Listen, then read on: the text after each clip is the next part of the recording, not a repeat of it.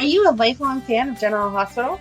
Are you a new fan who wants to know more about the history of the show? Do you enjoy talking about the show with others? Do you find yourself yelling at the TV? Is your self-care an hour a day in Port Charles?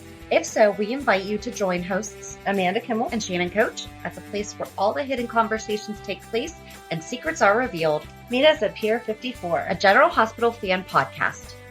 Hi, everyone. Welcome to the Port Charles 411. Today, we are revisiting our chat with Parry Shen. This conversation took place in August of 2020. It was shortly after we were finally able to get back in person in Pittsburgh. Los Angeles was still shelter in place. The new episodes of General Hospital had not started to air yet. We had been seeing reruns since May 21st. Brad hadn't been in Port Charles for quite some time. He was in jail at the time.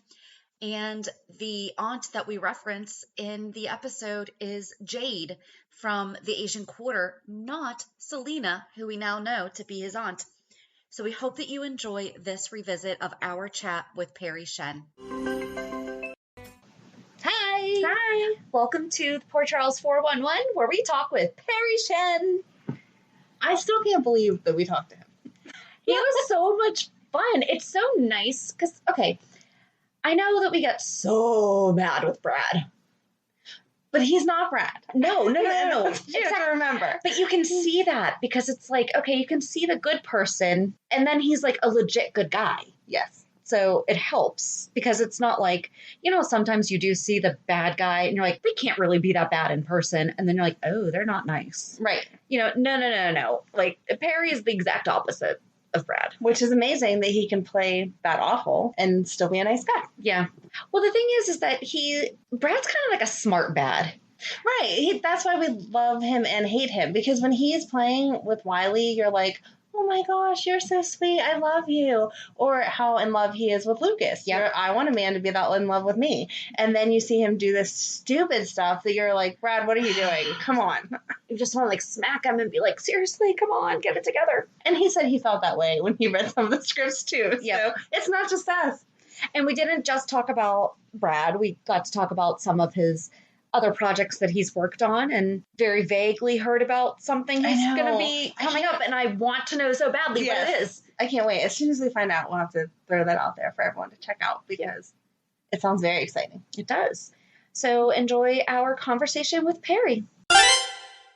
Hey. Hi. How are you? I'm good. How you doing? Doing good. I liked your little standby. Oh, before I came on? I'm Shannon. I'm Amanda. Hey there. Hey. Thanks so much for agreeing to talk with us. We're really excited. No problem. My pleasure. Thanks for asking me.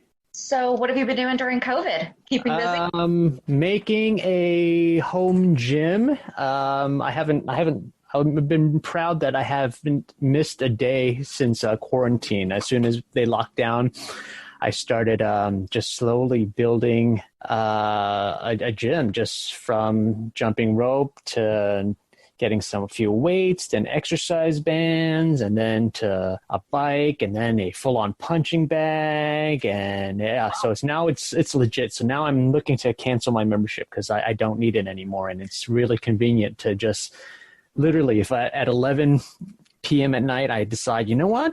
I just want to hop in real quick and hit the bag for like a half an hour. I can do that.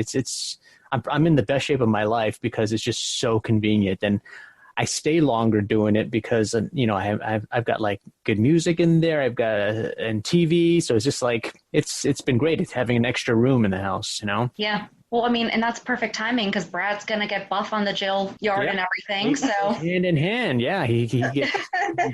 Yeah. I mean, you've been building your gym and everything while you've been in quarantine, but you have a nice family with you too. Yeah. Right. I have a family. We're spending a lot of time together, and now we've devised a system where certain days are that person is responsible for the entertainment for the night. So, so that's everybody has their turn of showing other movies that they want people to see or games that they want people to do. And so that's been fun to to sort of be forced to do, you know? Yeah. Well, just to be able to slow down. You guys are still really, really locked down. Like you're still staying in shelter, right? Yes. Yeah. Because the numbers are in California are worse than New York's now. So, yeah. So California wins. Haha. No, it's okay. So we watched your movie, Better Luck Tomorrow. Okay. How was it doing that? I mean, you weren't 16, 17 playing that role. So how was that? Let's see. So, I mean, I think I'm pretty fortunate that with, I guess, being Asian, that basically I'm always like 10 to 15 years of how old I really am, you know, aging backwards. So I was like almost hitting 30. So I was playing teenager. So that's about the right range. So, and I did look about, 15, 18-ish. And that's what I was being cast for. A lot of in my early career, even though I was like, mid 20s, I was in high schools a lot at, the sets were locker rooms or a desk in a classroom. So it wasn't too much of a stretch from what I was used to, but that definitely was a amazing experience because I got that movie probably 6 years of doing acting, and I was starting to get frustrated with just kind of the roles that I was sort of being exposed to and getting a chance to even do. And at first, when you're starting your career, you're like, I'll take anything. This is amazing, but then after a while you start sitting back and like you're getting auditions for something for the next day and you're looking at it and it's like the same delivery boy or talking in an accent or knowing martial arts. And it's just very like you start seeing like the bigger picture. You're like, whoa, wait a second. I'm only coming in for like 1 or 2 lines and delivering food. I'm not really part of the narrative of the story. And it's frustrating because I train with everybody else at the best acting schools. And this is not what I wanted to do, to just come in and say, here's your delivery and not really move the narrative along. So when Better Luck Tomorrow came along, that was the first time where they said, I want you to read for this character, Ben. And I would open the script and Ben is literally on page 1.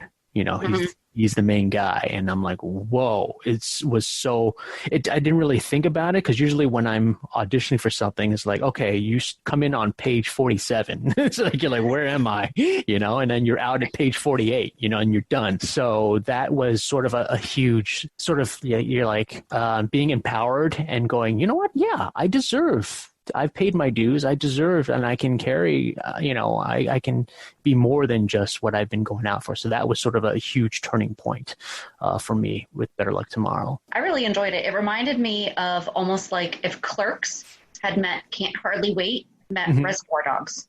Right. Yes. Because it's very dark. Yeah. Well, and it was loosely based on a true story. Yes, it was. Okay.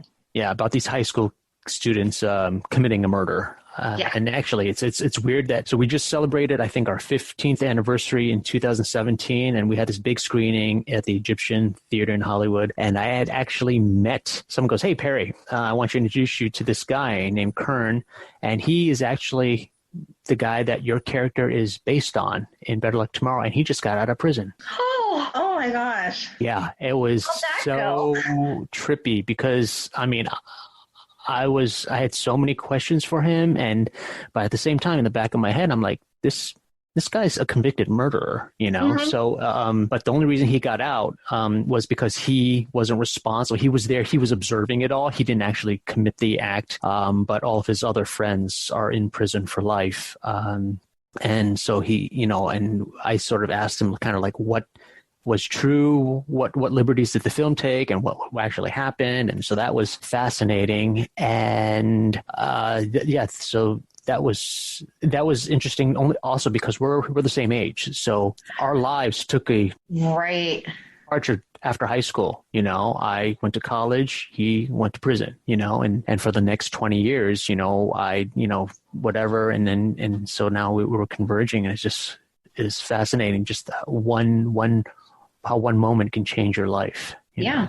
How did you prepare for that role, given that basically it sounds like a lot of the opportunities you had before were just stereotypical Right. roles? Yeah, so I've been training the whole time, so I was primed and ready to go. And that film let me exercise all the acting muscles that I had. I'm like, if this movie doesn't do well, this is all I have. This is pretty much all I have at that moment. So I gave it my all.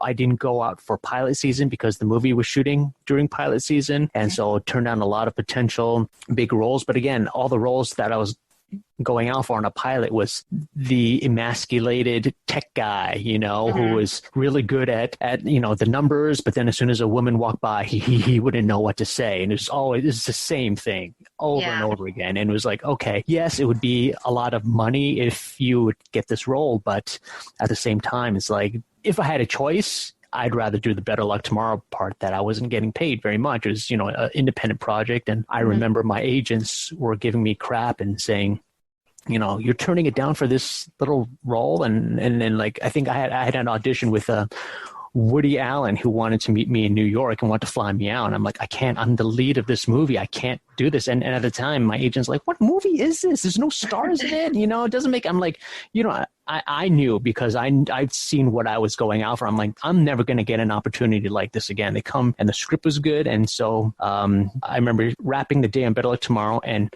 I flew out to New York to meet Woody Allen, and I flew back within 24 hours just to, because I had shooting the next day. And so, we handled both of it. And at the end, my agent went Better Luck Tomorrow, went to Sundance and got picked up by Paramount Studios. And we were the #1 movie that weekend per screen. And I remember the president of the studio calling me and says, congratulations being #1 this weekend and being the lead. And it doesn't happen to many people, not even at your level. He's talking about like major stars, and so this is something very rare. You should be proud of it. And my agents, sort of ate humble pie, and they went, you know what, you were right. We didn't know anything about this project. It was so off the radar. And, it goes to show that the littlest things, if you really believe in them and you're going to put the work into it, it doesn't matter what anybody thinks, and great things can come from it. Do you really play basketball?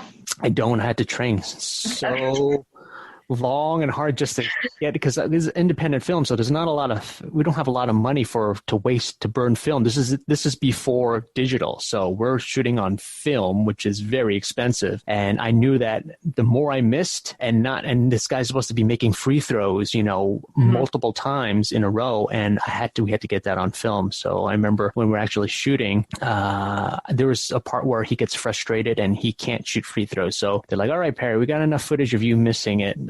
You got to start making some. So yeah, the most nerve-wracking one, I think it's a big wide angle, and the whole basketball team of high school students are watching me, and this is a wide angle. You can't cut away, so I have to make 2 in a row at the very least. And so I think it took like 3 takes, but then I got it on like the 3rd take, I think, and so that was the most nerve-wracking part. Oh, I bet. Yeah. I checked out your website and everything, and you do a lot of speaking tours to help, promote actually using Asian Americans for roles and for, furthering their careers and everything. What are you doing now to adapt, given that, are you able to go do speaking tours right now? Is anyone? I haven't done speaking tours in a few years now, because I've seen the shift in the sort of the popularity of speakers, that sort of changed the dynamic. Now schools want YouTubers, so that's an interesting dynamic, learning experience. You're like, okay, I'm not getting any more speaking engagements, but I can see who are. But at the same time, there's a lot of Asian American YouTubers who are, and I've heard them speak, and they're coming from a different perspective, but what they're saying isn't any less valid, and it's great that they're doing it. So hold on one second. Sure. Sorry, that was my mom. Yeah, we talk once a week, so this was around that time. So I said I'm doing an interview. So right now I haven't doing many speaking engagements, but I don't think many universities are really able to meet in person anyway. So right.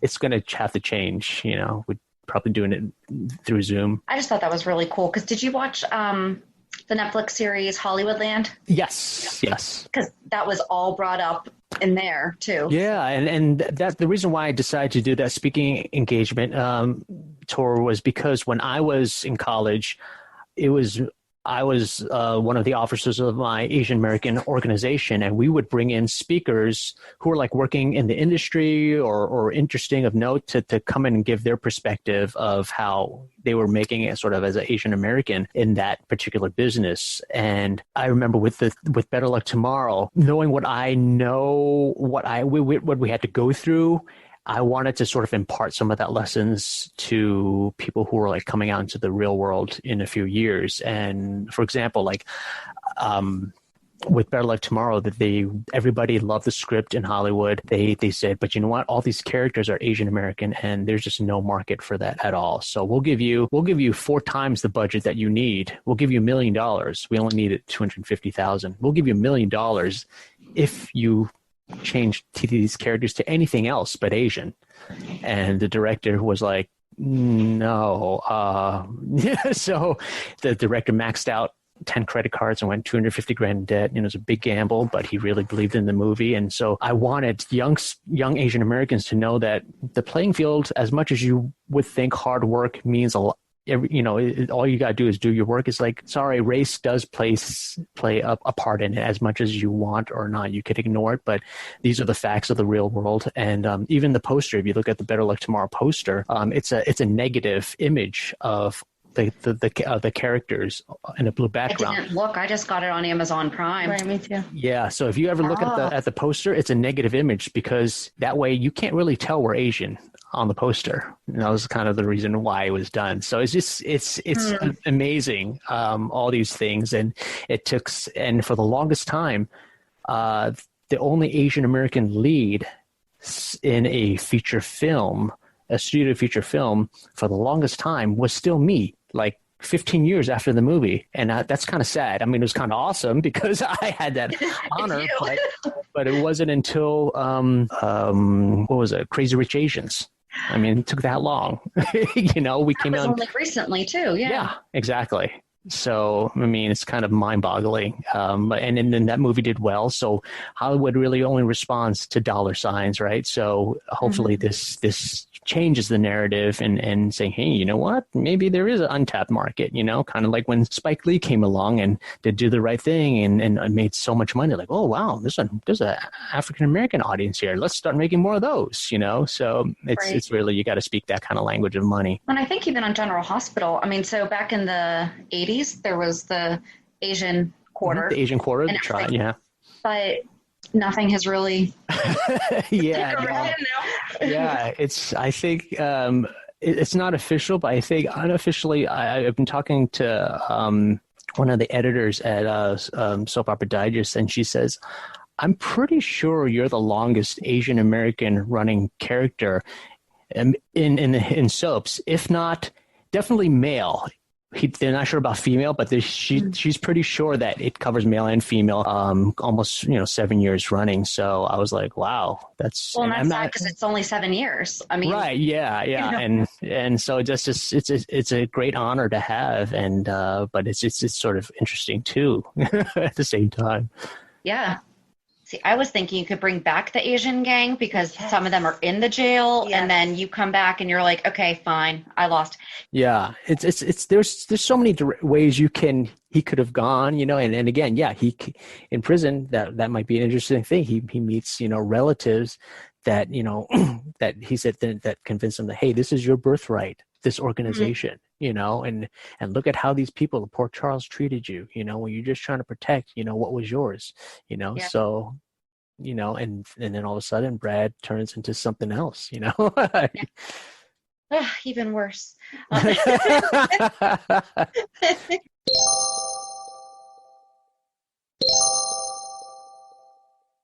So you've done film and you've done TV, and I was able to watch your Doc McStuffins episode because my little one was into it back in the day. So I remember that episode. Yeah. What has been your favorite? Like, what do you enjoy most? I actually enjoy voiceovers a lot, only because you can literally be anybody. I'm not confined to what you see here, which is sort of like the maybe the nice guy, the boy next door kind of guy, but definitely not the main, villain, because I don't look physically intimidating enough. Like a good example is I did this video game called Sleeping Dogs where I play the main bad guy in the whole video game. And that was amazing because I never got to do that. And it didn't matter what I looked like. We did the motion capture, and on the stage, I'm holding this guy who's like way taller than me. But in the video game, I'm towering over him, so I'm just putting on the voice saying, listen, you punk, and it works. And it is revealed a couple of years ago that they're making a feature film of that video game. And I was like, that sucks because I know I'm not going to be up for the character that I played because I there's no way, I just know how it works. And so it's voiceovers give you a lot of opportunity to do things out of the box and have fun. I mean, playing a toy robot dude, on Doc McStuffins, it's great.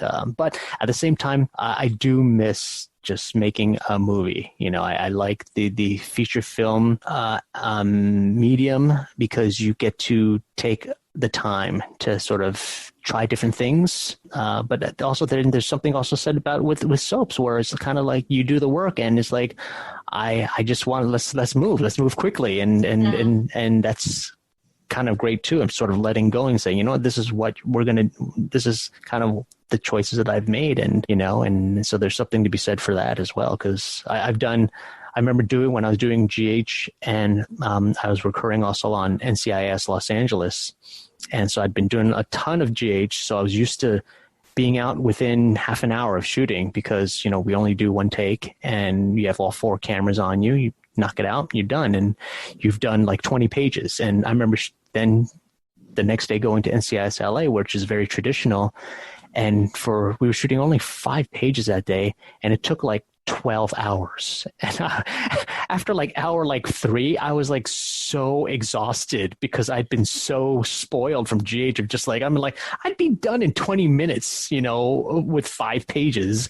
But it's going to look, really, you're trying different things, you're doing different coverage. And so it was just, pros and cons. But I think ultimately, if I had to do just one, it'd probably be voiceovers just because there's unlimited possibilities for that. So we have to talk about Brad. Mm-hmm. Because we love to hate him like everybody else. Uh-huh. Do you ever get the script and you're just like, seriously, guys, can you give me a break? It was definitely with when I got Wiley, and I was like, oh, this is great because I can tap into my experience with fatherhood, and doting with the child, and I'm really good with kids. The kids really love me, and I'm like, this is going to be great, and it's going to be interesting, softer side of Brad, and then when I read that Wiley, the original Wiley, dies from SIDS the very first day, I'm like, oh, come on.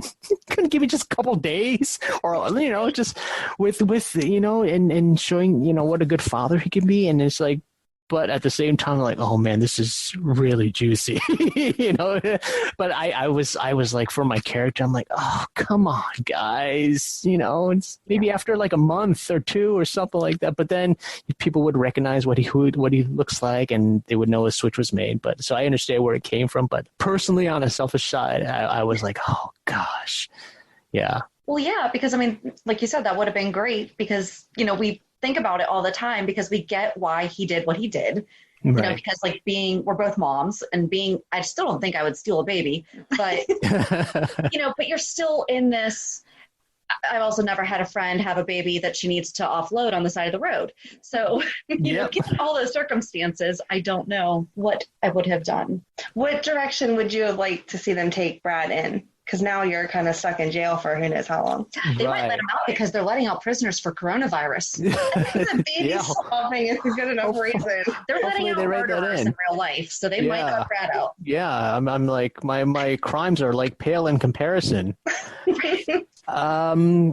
I would like to. I don't mean. I don't.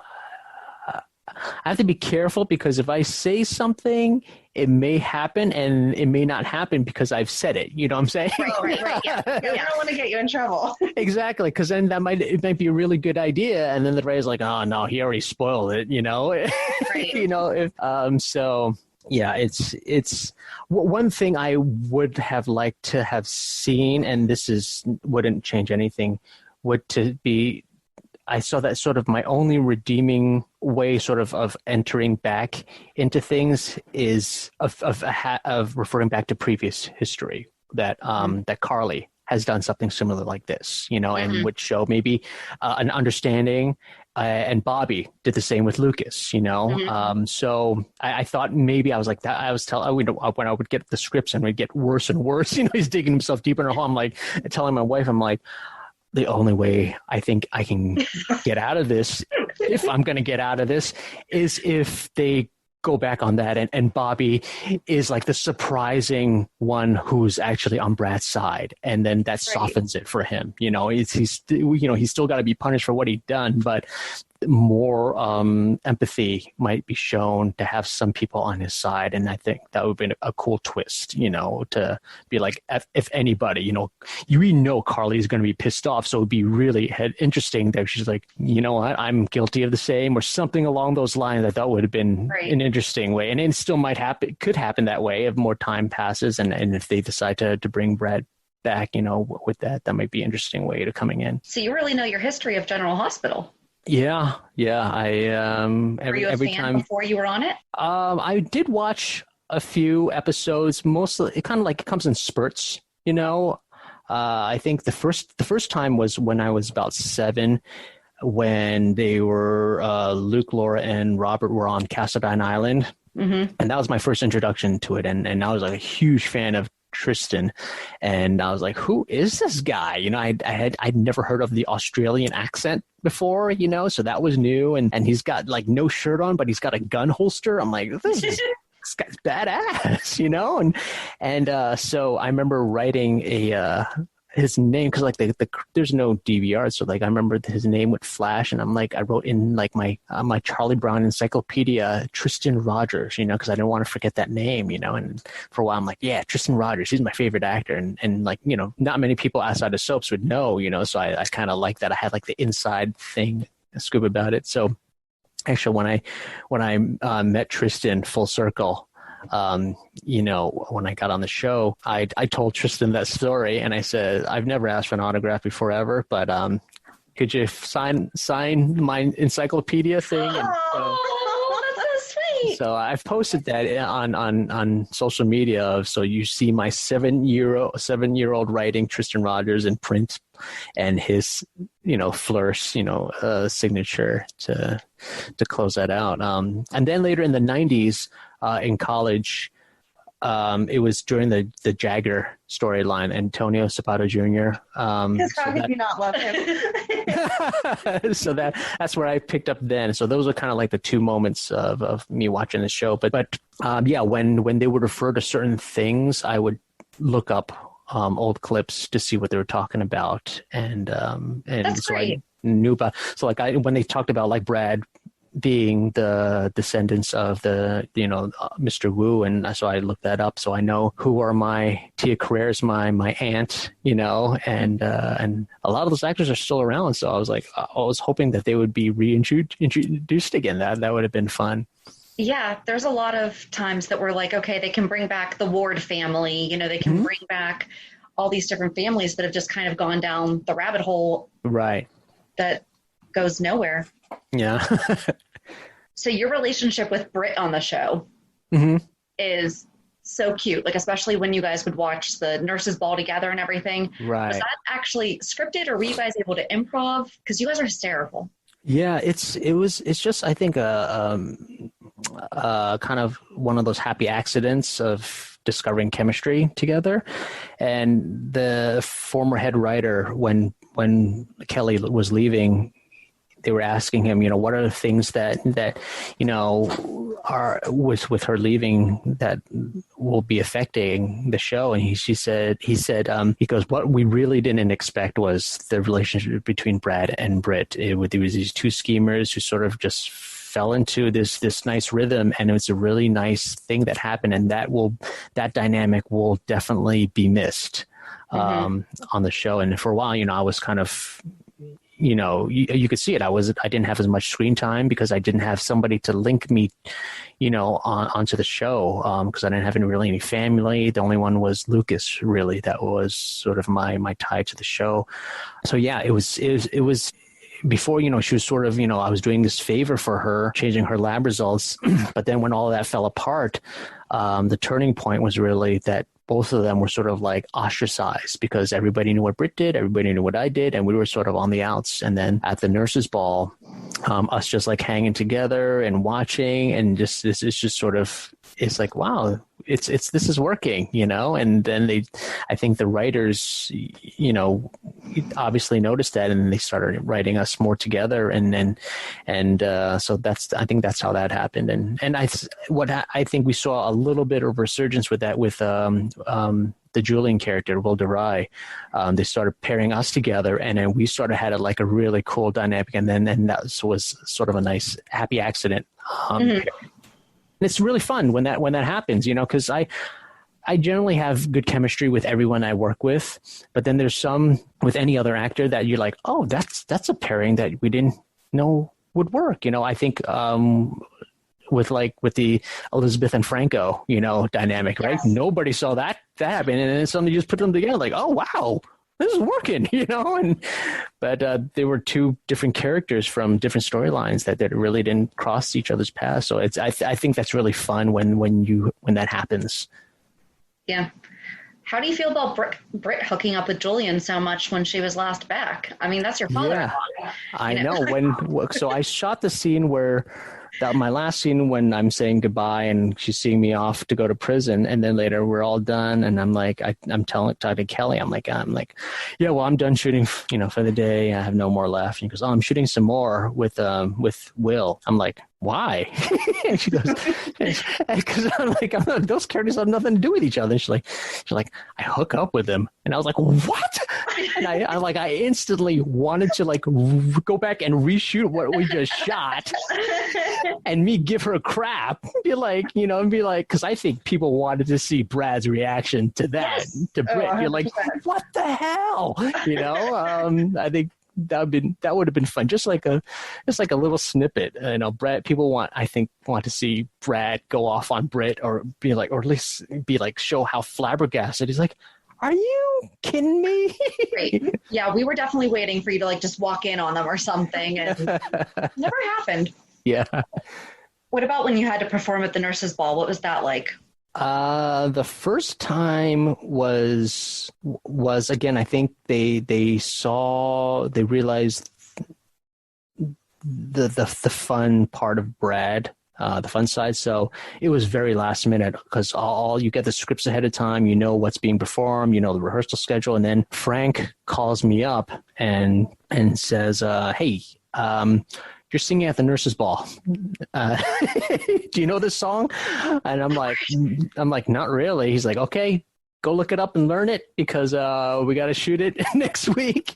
So that was brokenhearted. And so I learned that very quickly, and then we laid it down. And the great part that sort of let me off the hook, that I thought we could have a lot of fun with, is because Brad is throwing out the stage last minute. So there shouldn't be anything that's choreographed. It should be whatever I'm going to do, so right. So everyone's in rehearsal. And I remember I did have a choreographer, because I had dancers behind me that had to do. And then I remember the choreographer was like, okay, so you're going to do this. I'm like, no, I really should just let me do what I'm going to plan something out, because I've always wanted to be in a boy band. And so I know what I'm going to do. And it's what Brad's going to do. And so that worked out fine. And it was fun. And that was really fun, because Fido, Xavier, was the director on that one. And he actually let me have some fun, because I said, I'm going to do this. And I was like, because I should be like, I don't know what I'm doing, Britt, and then I said,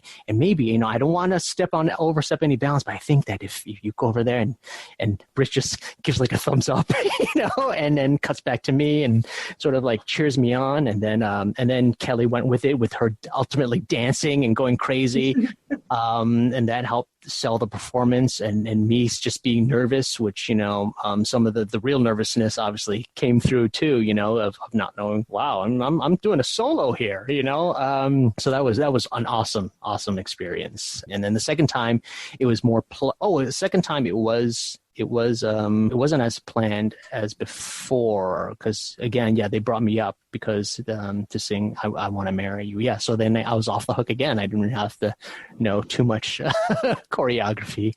But yeah, a great time, because it's like I performed several times where I've had to sing and dance, and the great part with this is that the audience has to applaud because it's in the script. So it's like, no matter what you do, you're going to get a great response. So that's always a fun thing to do. You feel like a rock star. But we're never going to see you on Broadway or anything. Like you're never. No, people ask, like, can you sing? I'm like, I can hold a tune, but no one would actually pay money, I don't think, to hear me sing. So. Well, we enjoy it. So we love the Nurses Ball. It's the best episode. We miss it this year. Yes. Yeah, it's just cool that they got to rerun it though, with during quarantine. Well, and then because the past 3 weeks they haven't been showing even really flashbacks, because I guess we're back on Monday. Yay! Right, yeah, because they need to remind everybody what's actually going on. So yeah. But we've been watching Night Shift, which was on like in the 2000s, early 2000s, right? About 13 years ago. Yeah. So we've been watching that instead, because we just talked about all the story stuff from May. So we can go back and listen to ourselves. Yeah. But what's it like working with the boys? We had interviewed their mom back in February. I think so, yeah. And she talked about how much they love you. So yeah, they're very easy. Kids, they always say don't work with animals or kids because they will always upstage you, because they're so unpredictable and will do their own thing, and they're going to be, for that very reason, more interesting than you.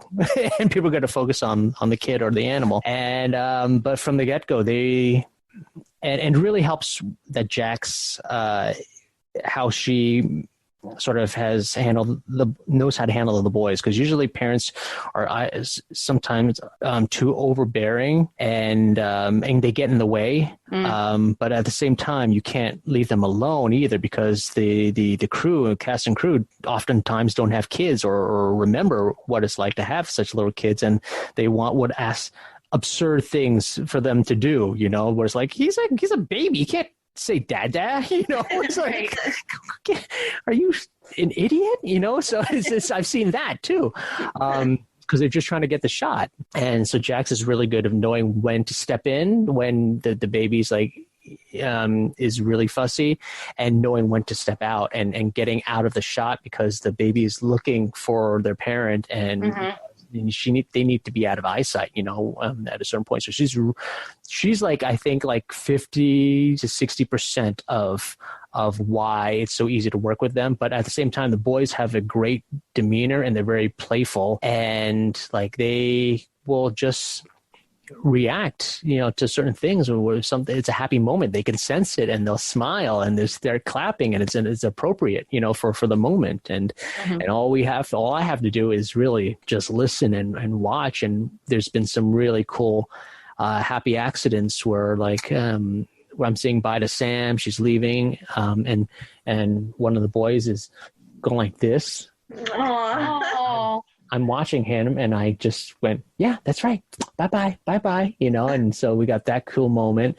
I had a cut on my head from the car accident, and then I'm seeing Wiley, and then one of the boys looks at my cut and goes, oh, boo-boo. And I'm like, yeah, but I'm okay. And then I start up with the lines. So it's great. And I remember when the switch reveal had happened, and I was in the dress, I was getting my makeup done, and so I was no longer working with the boys anymore. He was now officially a Quartermain, and he's a Quartermain mansion. Yeah.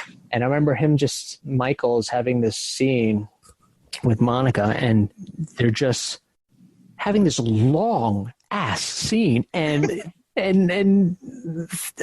Teo or Eric is just playing but at the side, just like with playing with his cars. I'm like, and I'm just fascinated. This is the problem now. I'm more interested in watching that kid not moving and doing everything he's supposed to do for a solid like 25 minutes. I'm like, oh my God, this is incredible. That they're getting this much dialogue without having to stop and then saying, okay, let's round up the kid again or switch him out for the other kid. They're incredible. I mean, it's unheard of. I mean, I know freaking adults that can't even stay still that long without, talking and interrupting with the scene or being on their phone or something like that. So amazing. Yeah. We actually talked to her 2 weeks before that because I think we released her interview the week of the reveal.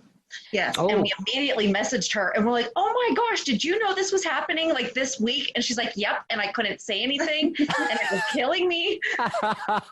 She is playing some, I don't know what's going to happen. Yeah. Because we don't do spoilers. We try to stay off of the Facebook groups and everything because we like to just be surprised. Right. Yeah. When things happen. Of course.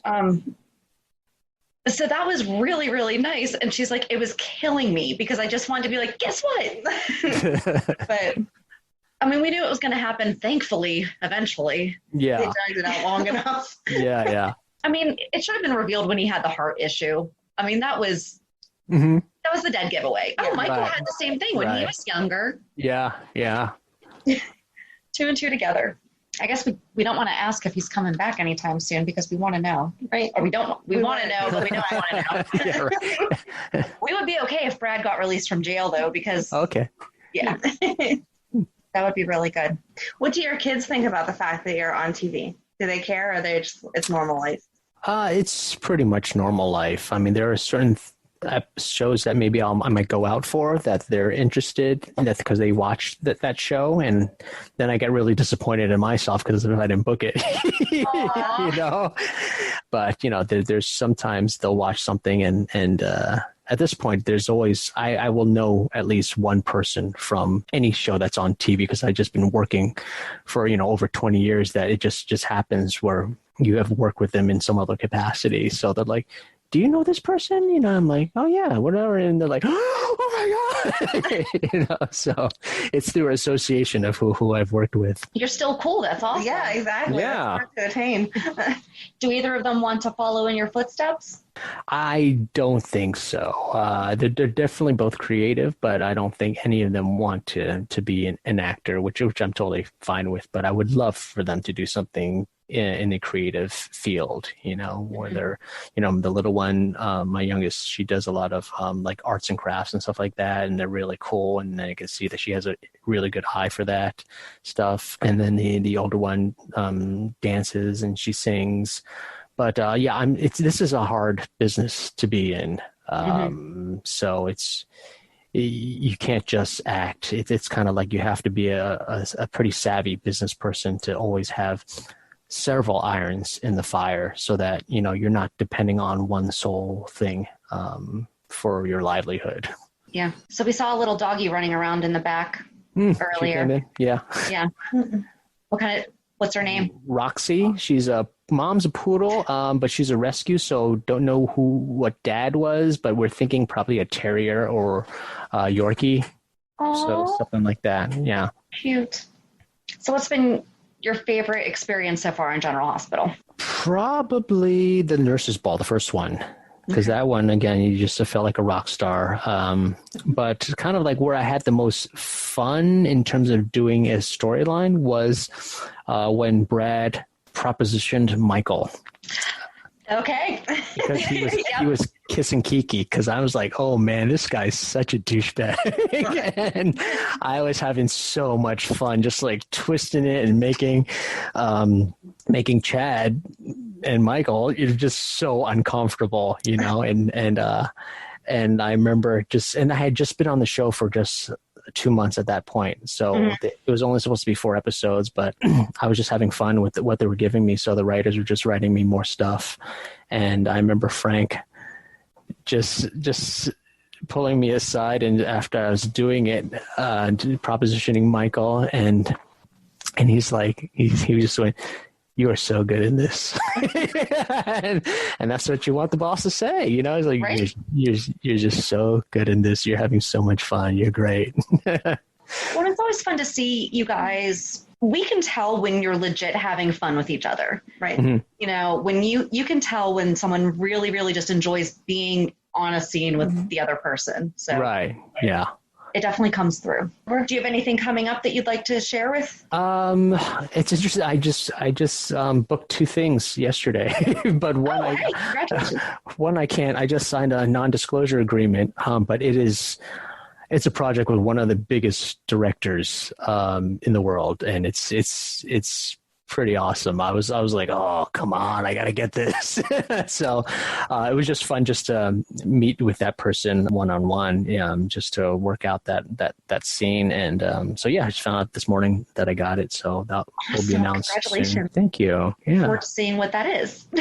yeah, it's a pretty cool project. Well, so it sounds like things are still kind of moving along, though, you know, with at least trying to get projects underway. And Yeah, slowly but surely. But, everyone's kind of been pretty good with, from my friends that I've been working, everybody to try and do the best in terms of testing everyone. I have to say, I'm not that excited to have to go through what I've seen people go through with the testing I'm assuming it's up the nose, because that's the most thorough one. But I mean, to make sure we all feel safe, I'll feel safe that I know that other cast members have had to go through that, so. yeah, and I think that's what at least a lot of the fans that we've been seeing, I mean, of course we miss GH, but none of us want you guys going back to work and getting sick. Right. We're good. Although we have been saying they should do something where, did you watch a bunch of people put on Quibi, the Princess Bride piece together? I heard about it, but I didn't actually see how it turned out, though. It's so cute. I mean, it's very rough. It's definitely someone standing in their backyard with their video camera, and they edit it all together. Like, it would be great because you could go out in your backyard and shoot some scenes as Brad in prison garb and everything, and it'd be something unique and interesting. But I mean, we're getting new shows, so they figured it out. But if it has to, you want to pass that along to Frank, that would be really cool.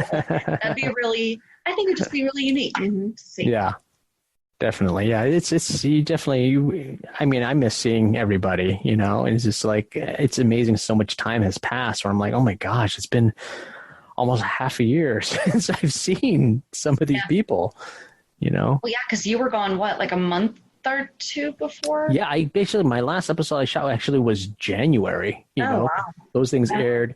My episodes aired in March. So end of January, I haven't seen anybody since end of January, basically. Okay, one last question, because we're always wondering this. Where does Lucas go? He's there, and then he's just gone.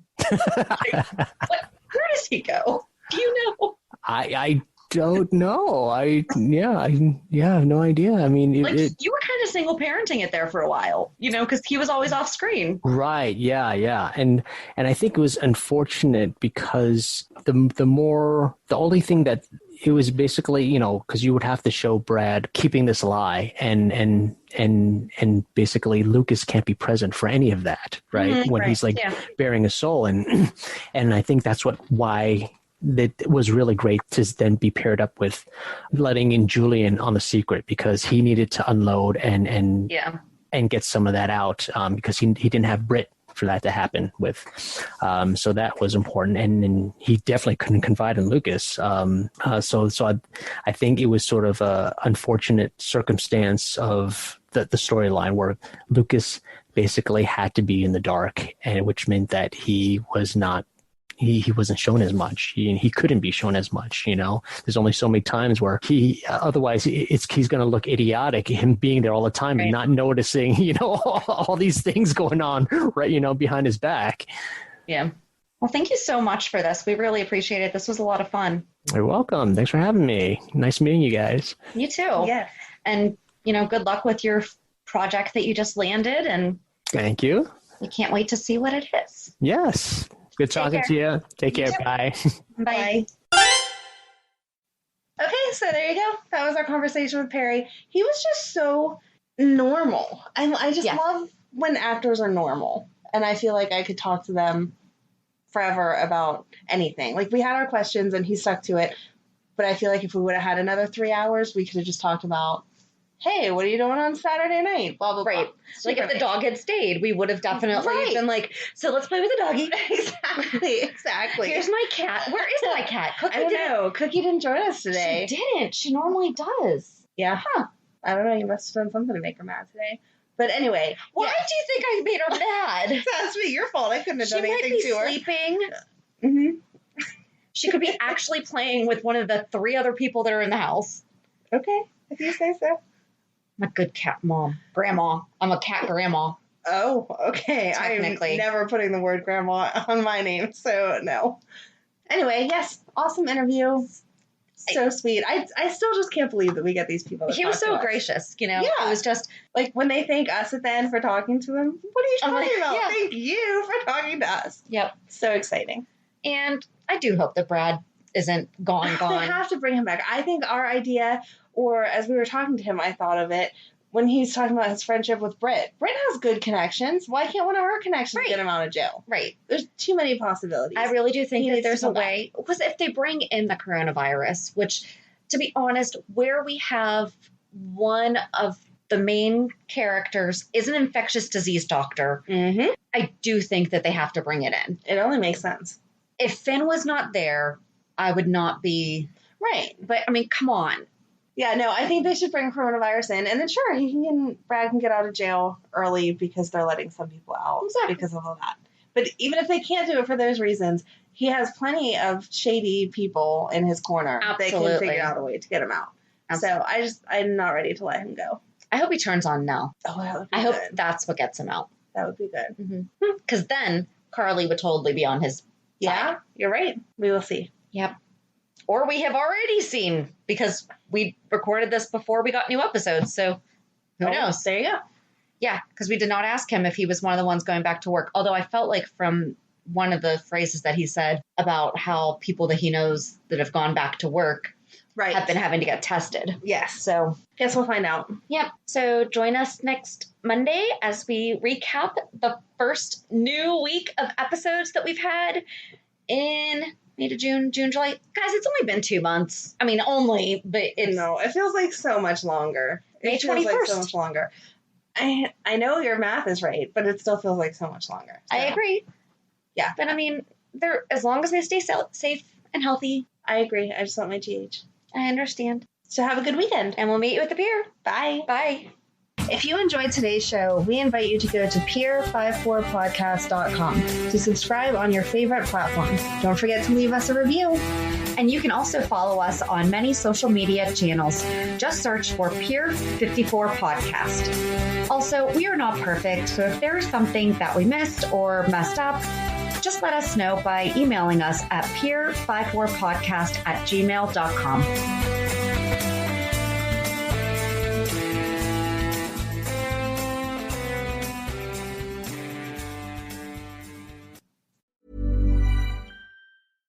Hey, it's Sheena Shea, and if you know me, you know it's all happening. From Vanderpump Rules and my podcast Shenanigans to my full-time job being Summer's mommy. There's always something keeping me busy, and that's why I love Factor. They send fresh, never frozen meals right to my doorstep. They're packed with flavor, dietitian approved, and make it easy to stay on track with my goals. Delicious and ready to eat in literally 2 minutes. I mean, seriously. Visit factormeals.com/Shay50 for 50% off your first order.